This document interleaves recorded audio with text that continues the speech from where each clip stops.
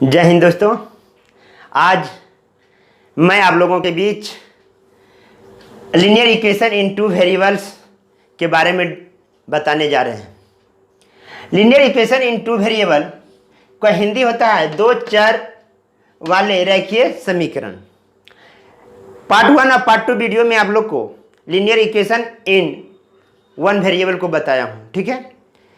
तो आज हम लोग देखेंगे linear equation in two variable. इसको डिटेल से आप लोग देखिए दोस्तों, और जो भी मेरे नए चैनल पर नए होंगे वो सब्सक्राइब, लाइक और शेयर जरूर कर दीजिएगा दोस्तों। आप लोग से यही रिक्वेस्ट है। अब हम लोग आते हैं दो चर वाले रेखीय समीकरण को हल करना है। इसका कहने का सारांश है कि उसमें जब वैसा समीकरण जिसमें दो चर हो, ठीक है। तो अभी तक हम लोग जो देखे हैं linear equation in one variable में एक चर रहता था। कितना चर? एक चर। तो उसमें एक इक्वेशन देने के बाद मान मेरा निकल जाता था। जिसमें एक चर हो उसमें एक इक्वेशन देना होगा, जिसमें दो चर है उसका दो इक्वेशन देना होगा, और जिसमें तीन चर है उसमें तीन इक्वेशन देना होगा, जिसमें चार चर है उसमें चार इक्वेशन देना होगा। कहने मतलब है दोस्तों, जितना चर होंगे उतना इक्वेशन होगा, जितना चर होगा उतना इक्वेशन होगा। तो यहां है दो चर वाले रेखीय समीकरण। तो दो चर है, क्या है? दो चर है। और जब दो चर होगा दोस्तों, इसका मतलब है कहीं नहीं कहीं दो समीकरण का चर्चा होगा। कभी अब देखिए, दो चर है, इसका मतलब है उसमें दो समीकरण होगा तभी उसका हल होगा, नहीं तो कदापि हल नहीं होगा। चलिए अब हम लोग आते हैं दो चर वाली रेखीय समीकरण। मान लिया कोई समीकरण आ जाए आपके पास, दो गो आ जाएगा, दो अभी आएगा, धीरे धीरे इक्वेशन आ जाएगा। अब वो समीकरण को दो चर वाले रैखिक समीकरण को हल करने के लिए मेरे पास पांच विधि है। कितने विधि है? पांच विधि। Solution of linear equation in two variable, यहां लिख दीजिएगा सॉल्यूशन ऑफ लीनियर इक्वेशन, ठीक है, in two variable, two linear equation two variable.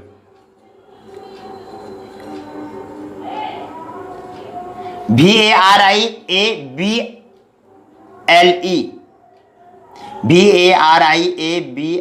Variable.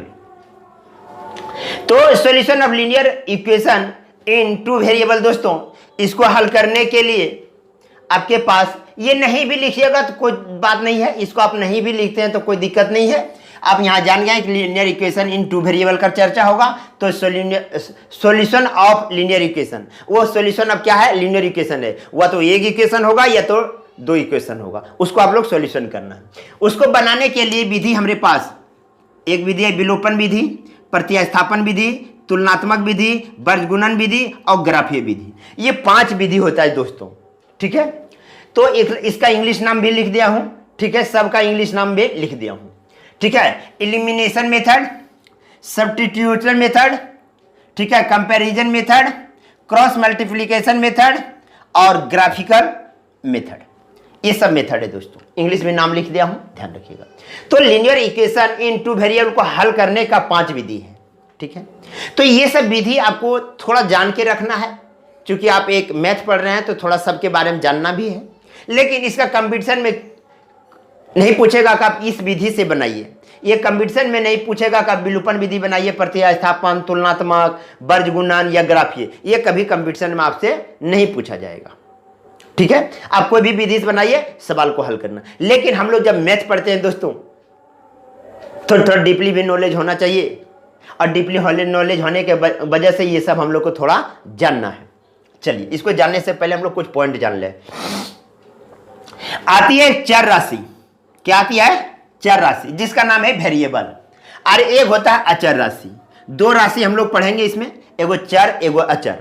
चर वैसी राशि जिसका मान, ध्यान रखिएगा, जिसका मान बदलता हो उसे हम लोग चर राशि कहते हैं।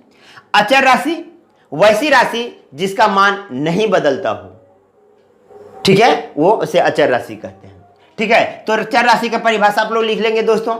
चर राशि वैसी राशि जिसका मान बदल जाता हो या बदलता हो, ठीक है, तो उसे हम लोग क्या कहेंगे? चर राशि। इसको कहेंगे अचर राशि वैसी राशि जिसका मान नहीं बदलता हो, उसे हम लोग क्या कहेंगे, अचर राशि। अब अचर राशि में दो पार्ट है, स्वेच्छ अचर और एक है निरपेक्ष अचर।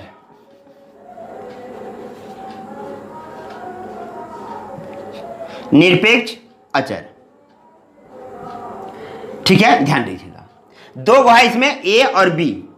अचर राशि में दो अचर होता है, एगो स्वेच्छ अचर और एगो निरपेक्ष अचर, ठीक है।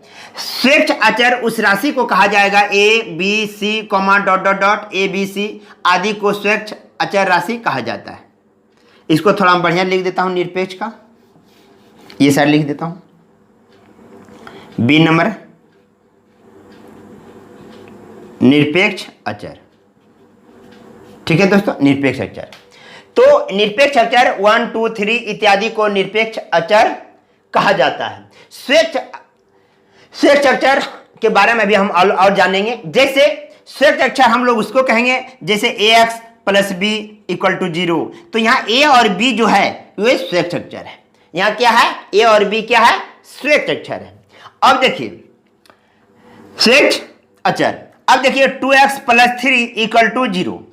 अब ये जो है 2 और 3 जो है ये कौन सा अचर है, निरपेक्ष अचर है। तो स्वेच्छ अचर और निरपेक्ष अचर को आप समझ गए, ए बी सी, छोटा ए छोटा बी छोटा सी, ये सब क्या है, स्वेच्छ अचर है। निरपेक्ष अचर जैसे 2 3 4 ये सब क्या है, निरपेक्ष अचर है, ठीक है। इसको ध्यान रखिएगा दोस्तों। तो चर को समझ गए, अचर समझ गए। चर जो राशि, वैसी राशि जो बदलने वाली है। मुख्यतः इसमें दो लेंगे, एक्स और वाई हम लोग लेंगे चर। हम लोग क्या लेंगे चर में, एक्स और वाई लेंगे, ठीक है। कांस्टेंट राशि मतलब वैसी राशि जिसका मान नहीं बदलता हो उसे क्या कहेंगे, हम लोग कांस्टेंट राशि कहेंगे। अब कांस्टेंट राशि में दो है, एगो स्वेच्छ अचर है, एगो निरपेक्ष अचर है। तो स्वेच्छ अचर किसे कहेंगे, जैसे ax + b = 0। तो a और b यहां लिखिएगा, x डज नॉट 0 या a does not 0, a does not 0, ठीक है। यहां पे a 0 नहीं होना चाहिए क्योंकि वो समीकरण बचेगा ही नहीं। तो ये सब तो खैर बात की बात है, वो कब कब होगा क्या होगा वो सब बात की है। ax + b = 0, तो a और b क्या है आपका, स्वेच्छ अचर है। और 2x + 3 = 0, तो यहां पर ये सब जो है वो निरपेक्ष अचर है, ठीक है। ध्यान रखिएगा ये बात पर। आगे बढ़ते हैं, ये सब बात को ध्यान लीजिएगा, आप शॉर्ट स्क्रीन ले लीजिएगा। निरपेक्ष अचर सब समझ गए, हम लोग समझेंगे। अब एक एक करके विधि को हम लोग थोड़ा समझेंगे दोस्तों। विधि को हम लोग क्लियर कर लें पहले कि कौन विधि कैसे हम लोग हल करते हैं, ध्यान रखिएगा। दो समीकरण उठा रहा हूं, समीकरण से सारा विधि को आप लोग समझिएगा। मान लिए 3x - 5y = -1, समीकरण 1, ठीक है। और x - y = -1, दोनों में दे दिया, ये समीकरण है, ठीक है। हम लोग पहले समझा रहे हैं आपको क्या, विलोपन विधि। विलोपन विधि किसे कहते हैं उसको समझिए थोड़ा। उसके बाद चलेंगे प्रतिस्थापन विधि, उसके बाद चलेंगे तुलनात्मक विधि, उसके बाद चलेंगे वर्गगुणन विधि, उसके बाद चलेंगे ग्राफीय विधि, ठीक है। ध्यान रखिएगा। अब देखिए यहां पे है दो समीकरण दिया हुआ है। दो समीकरण इसलिए दिया गया है दोस्तों, हमको चर कितने हैं, 2, x और y। जितने चर होंगे उतने समीकरण होगा। एक चर एक समीकरण, दो चर दो समीकरण, तीन चर तीन समीकरण, चार चर चार समीकरण। चलिए विलोपन विधि को समझिए क्या है। विलोपन विधि वह विधि है जिसमें किसी भी चर का जो कांस्टेंट राशि होगा उसको समान करना है। यहां पर कांस्टेंट राशि 1, यहां पे 1, किसी भी चर का, x का या y का, x या y दो ही चर है, इसका जो कांस्टेंट राशि होगा उसको आपको बराबर करना है। क्या करना है, बराबर करना है। बराबर करके उसको विलुप्त कर देना है। क्या करना है, विलुप्त करना, मतलब काट के हटा देना है, ठीक है। तो जैसे देखिए पहला मेथड हम लोग सीख रहे हैं। पहला मेथड क्या सीख रहे हैं, विलोपन विधि। तो यहां पर 5x 5y है और यहां y है। तो इस समीकरण में, इस पूरे समीकरण में हम 5 गुना कर दें, कोई दिक्कत, क्योंकि हमको y बराबर करना है। आप x को भी बराबर कर सकते हैं। यदि x को बराबर करेंगे तो आपको यहां 3 से मल्टीप्लाई करना होगा। किससे मल्टीप्लाई करना होगा, 3 से। तो पहला समीकरण 3x - 5y = -1, और ये हो जाएगा 3x -3y इक्वल टू -3, ये हो जाएगा। अब देखिए ये राशि का कांस्टेंट राशि बराबर हो गया। अब समीकरण को दो चीज कर सकते हैं, समीकरण को हम लोग दो चीज कर सकते हैं। क्या कर सकते हैं? जोड़ सकते हैं और घटा सकते हैं। तो जोड़ेंगे कब और घटाएंगे कब, ये ध्यान रखिएगा। जिस राशि को आपने बराबर किया, जिस कांस्टेंट राशि, जिस चर राशि को आपने बराबर किया और उसका चिन्ह यदि समान हो, उसका चिन्ह दोनों का समान हो, तो वहां लिखेंगे घटाने पर, ठीक है। क्या लिखेंगे आप लोग? घटाने पर लिखेंगे। ध्यान रखिएगा दोस्तों, यदि जिस राशि को आपने बराबर किया दोनों का चिन्ह यदि समान होगा, तो वहां लिखिएगा आप घटाने पर। घटाने पर क्या होता है दोस्तों? इसका चिन्ह परिवर्तन होता है। यहां प्लस है तो माइनस लिखेंगे, यहां माइनस है तो प्लस, और यहां माइनस है तो प्लस लिखेंगे। अब यहां पे प्लस हो गया, अब इस चिन्ह से कोई मतलब नहीं है, इस चिन्ह से हमको कोई मतलब नहीं है, इसका मूल चिन्ह ये हो जाएगा, इसका मूल चिन्ह क्या हो जाएगा? ये हो जाएगा। अब यहां से इसको और इसको विलुप्त कर देंगे। क्या कर देंगे? विलुप्त कर देंगे। अब पाई 5y - 5y + 3y, ये चिन्ह से हमको कोई मतलब नहीं है। अब जब मैं चिन्ह परिवर्तन किए तो इसके पास जो मूल चिन्ह है वो अब खत्म हो गया। अब मैं क्या बचा? जो हम लोग चिन्ह दिया उस चिन्ह का काम करना है। तो -5y में से 3y जाएगा, ठीक है, तो क्या बचेगा? -2y इक्वल टू, ध्यान रखिए, अब यहाँ +3 और माइनस तो हो जाएगा आपको 2, ठीक है, क्या होगा? 2 हो जाएगा। अब यहां से काटेंगे दोस्तों 1, y बराबर -1 आएगा दोस्तों, y का मान ये जो मेथड हुआ ये आपका हुआ विलोपन विधि। ये क्या हुआ? विलोपन विधि हुआ। इसको आप समझिए थोड़ा, ये विलोपन विधि। अब ये y का मान किसी भी समीकरण में आप पुट कर दें, और x का मान निकाल लें, ये हो जाएगा आपको। मान लीजिए समीकरण में y का मान पुट किया, माइनस रखेंगे -1 तो +5 हो जाएगा। तो यहां पर देख लीजिए थोड़ा, तो 3x इक्वल टू -5 है, अब -1 तो प्लस हो जाएगा, अब प्लस उधर चल जाएगा, -1 प्लस -5 तो हो जाएगा 3x बराबर -6, तो x बराबर हो जाएगा -2 दोस्तों। x बराबर क्या हो जाएगा? -2। तो ये मेथड को आपने देखा, ये हुआ आपको विलोपन विधि। इस कौन सा विधि हुआ? विलोपन विधि। सब विधि को थोड़ा थोड़ा देखिए तो समझ गए। जिस विलोपन विधि में कोई भी चर जो है उसका कांस्टेंट राशि को बराबर करना है, या तो x को बराबर करिए या y को। यदि दोनों का चिन्ह समान होगा तब लिखेंगे घटाने पर, दोनों का चिन्ह विपरीत हो जाएगा तब लिखिएगा जोड़ने पर। दोनों का यदि चिन्ह विपरीत हो जाए तो क्या लिखिएगा? जोड़ने पर। जैसे यहां पर ध्यान दीजिएगा, मिटाबे इसको, एक बार देखिए,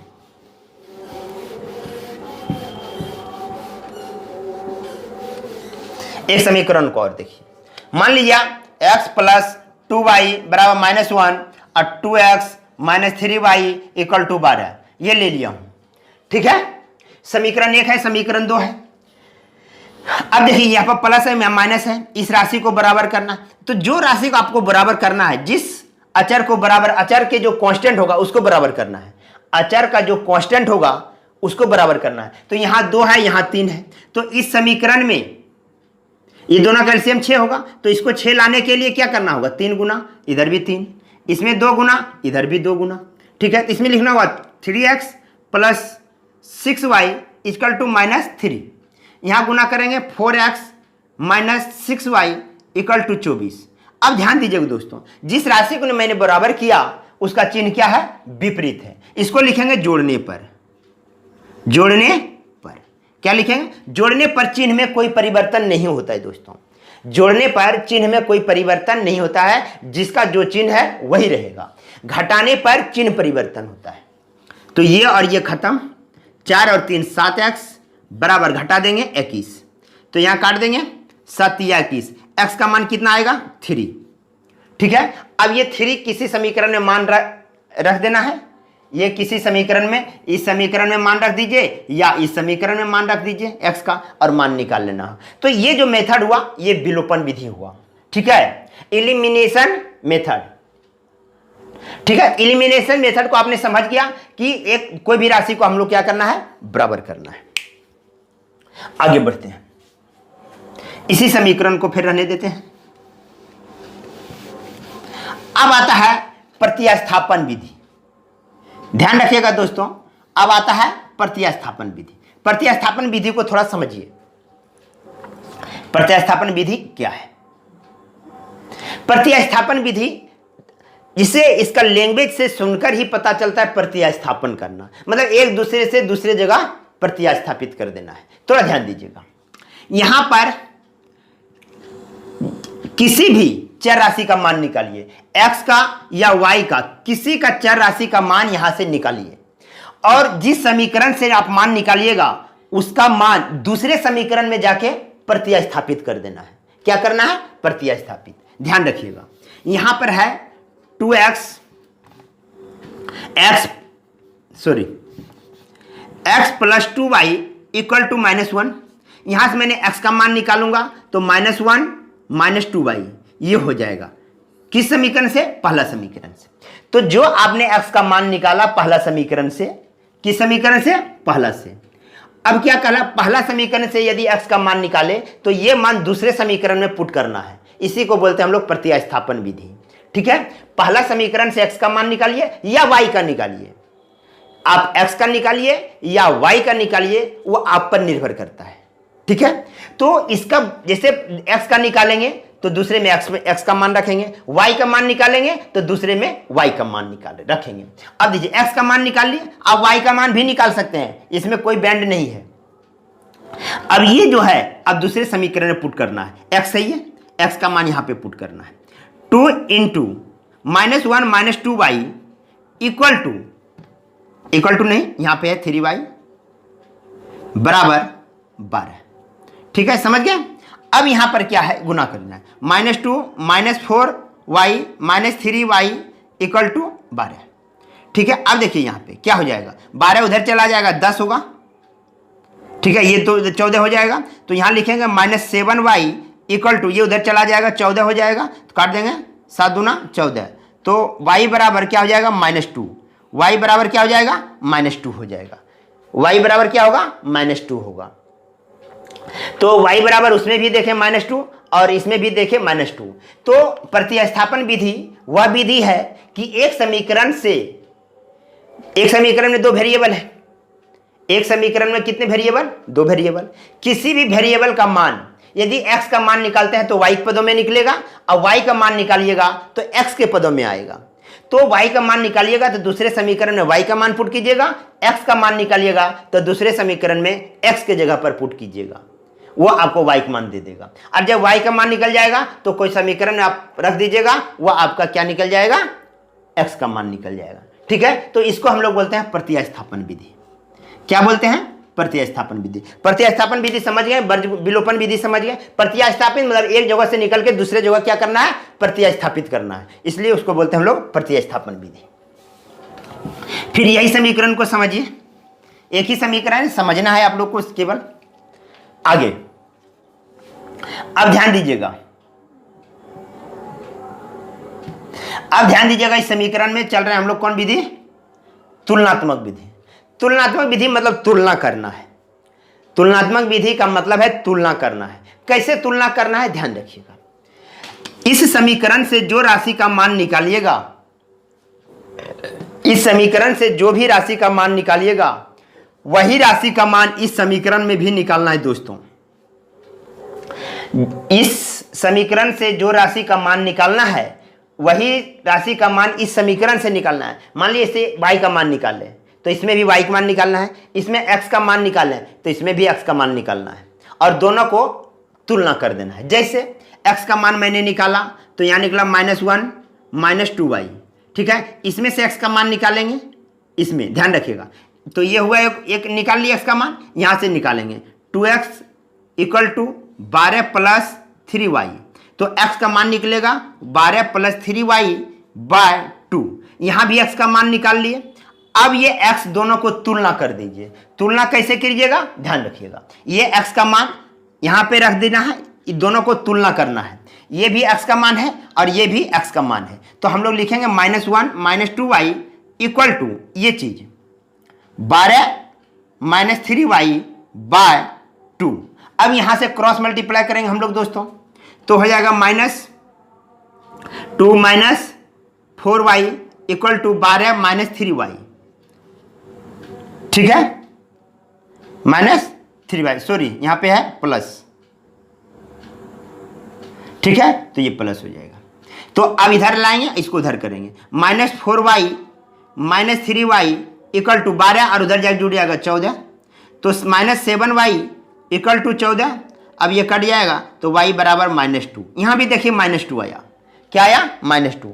तो कहने का सारांश मेरा ये है दोस्तों कि तुलनात्मक विधि वह विधि है कि यहां से x का मान निकालिए और यहां को x का मान निकालिए, दोनों को तुलना कर दीजिए। जैसे x और x का मान निकाले, इसको और इसको लेकर दोनों तुलना करके y का मान निकालिए। अब यहां से y का मान भी निकाल सकते हैं, y का मान निकालना है, इसमें भी y का मान निकालना है। जो मान इसमें निकालिएगा वही मान इसमें निकाल के इस तरह आप लोग को तुलना कर देना है। y का मान आया, किसी समीकरण में पुट कीजिए, बस दे देगा आपको x का मान, ठीक है, पुट कर देना है। किसी या तो यहाँ पर x का मान रख दीजिएगा, -6 हो जाएगा, यहाँ पर भी रख सकते हैं आप। जैसे y का मान आएगा, यहाँ रखिएगा -6, 6 में से चला जाएगा 6, तो 6/2 आ जाएगा 3, ये ध्यान रखिएगा। अब तुलनात्मक विधि समझ गया। अब चलते हैं हम लोग वर्ज गुणन विधि, ठीक है, चलिए।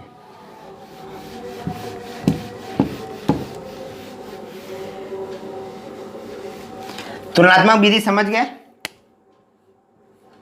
अब आते हैं हम लोग, चलिए हम लोग आते हैं वर्ज गुणनखंड विधि, क्रॉस मल्टीप्लिकेशन मेथड। हम ये आ गए हैं, ठीक है, ध्यान रखिएगा। इसको थोड़ा हल करने के लिए हम लोग यहां पर देखें, a1x plus b1y plus c1 equal to 0, a2x plus b2y plus c2 equal to 0, ठीक है, ये ध्यान रखिएगा। अब क्या है, अब हमको x का मान निकालना है तो x लेना है, नीचे y का मान निकालना है, y लेना है, बराबर y कांस्टेंट 1 लेना है। ये चीज पर ध्यान देना, ये 3 चीज पर, ठीक है। अब यहां पर क्या उठाए, ध्यान रखिएगा। यहां आपने वो x उठाए तो आपको लिखना है b1 b2 c1 c2, ठीक है।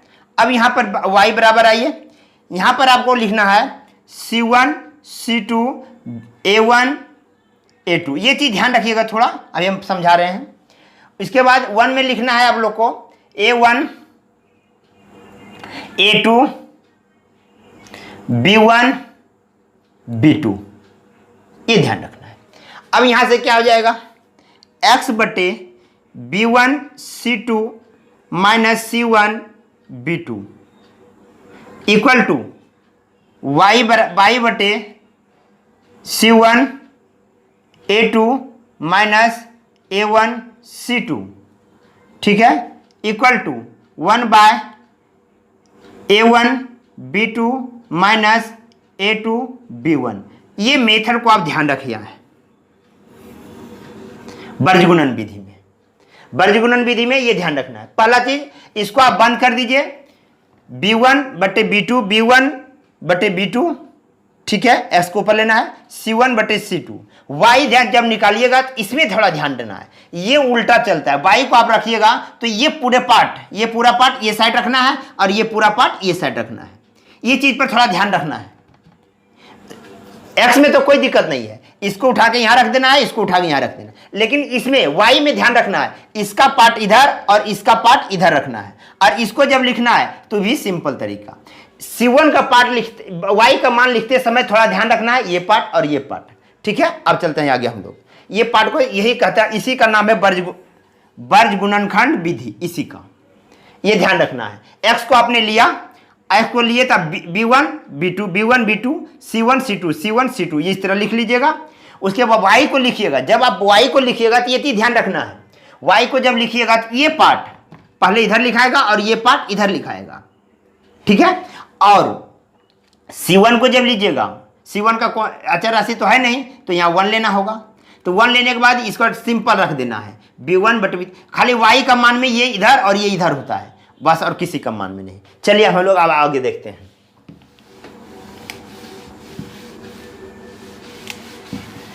चलिए अब जैसे मैं लिखता हूं समीकरण, जो समीकरण सब हल कर रहे थे उसको ध्यान दें।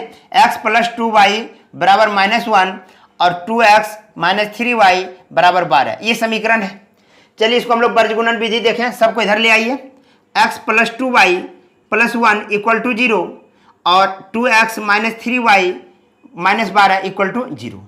हमको निकालना है x का मान या y का मान। x का मान रखेंगे y, ठीक है, x का मान रखेंगे, x को सब बंद कर देंगे। अब यहां से यहां मल्टीप्लाई, ठीक है, तो अब इसको मल्टीप्लाई कैसे कीजिएगा, तो 2 उसके बाद ये लेना माइनस 3 1 माइनस 12 ये लेना है, क्रॉस गुना करना है बराबर y नहीं लेना है, अब 1 ले लेना है, 1/1 लेंगे।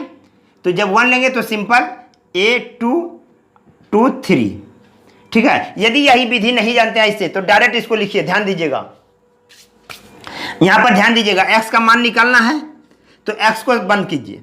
अब यहां माइनस 24, अब यहां हो जाएगा, गुना करेंगे माइनस 3, अब माइनस 1 उसको क्या कर देगा, अभी नहीं करिए, रहने दीजिए x का मान। अब 1 का मान लीजिएगा तो 1 को बंद कीजिए, माइनस 3, अब इधर 2 दूनी 4 माइनस 7, अब हो जाएगा x बटे माइनस 21 बराबर 1 बटे माइनस 7, काट दीजिएगा, x का मान 3 आएगा, ठीक है।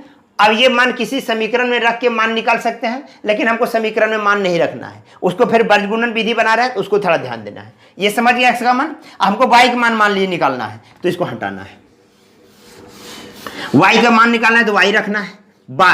y निकालते समय दोस्तों ये ध्यान रखना है, ये पार्ट इधर और ये पार्ट इधर जाएगा, तो ये पार्ट आएगा 1 माइनस 12 और ये पार्ट 1 2। अब यहां पे 1 आएगा, 1 बटे माइनस 3 और यहां माइनस 4, इसको गुना करेंगे 2 और माइनस इधर, तो y बटे माइनस 2 और इधर हो जाएगा माइनस 2 इधर गुना करेंगे 2 माइनस माइनस 12 इक्वल टू 1 बटे माइनस 7। तो ये क्या हो जाएगा, y बटे, तो हो जाएगा माइनस प्लस 14 बराबर 1 बटे माइनस 7, काट दीजिएगा तो y बराबर क्या मिल जाएगा, y बराबर माइनस 2। यही कहता है वर्गगुणन विधि दोस्तों। वर्गगुणन विधि को आप ध्यान से देखिएगा, वर्गगुणन विधि को आप विशेष ध्यान रखिएगा, जो मेथड बताया है उसको मेथड को याद रखना है, ठीक है। चलिए सब वही देख लिया, एक सवाल को हम लोग हल कर रहे हैं, सब विधि को हम लोग खाली जान रहे हैं। ये पार्ट 1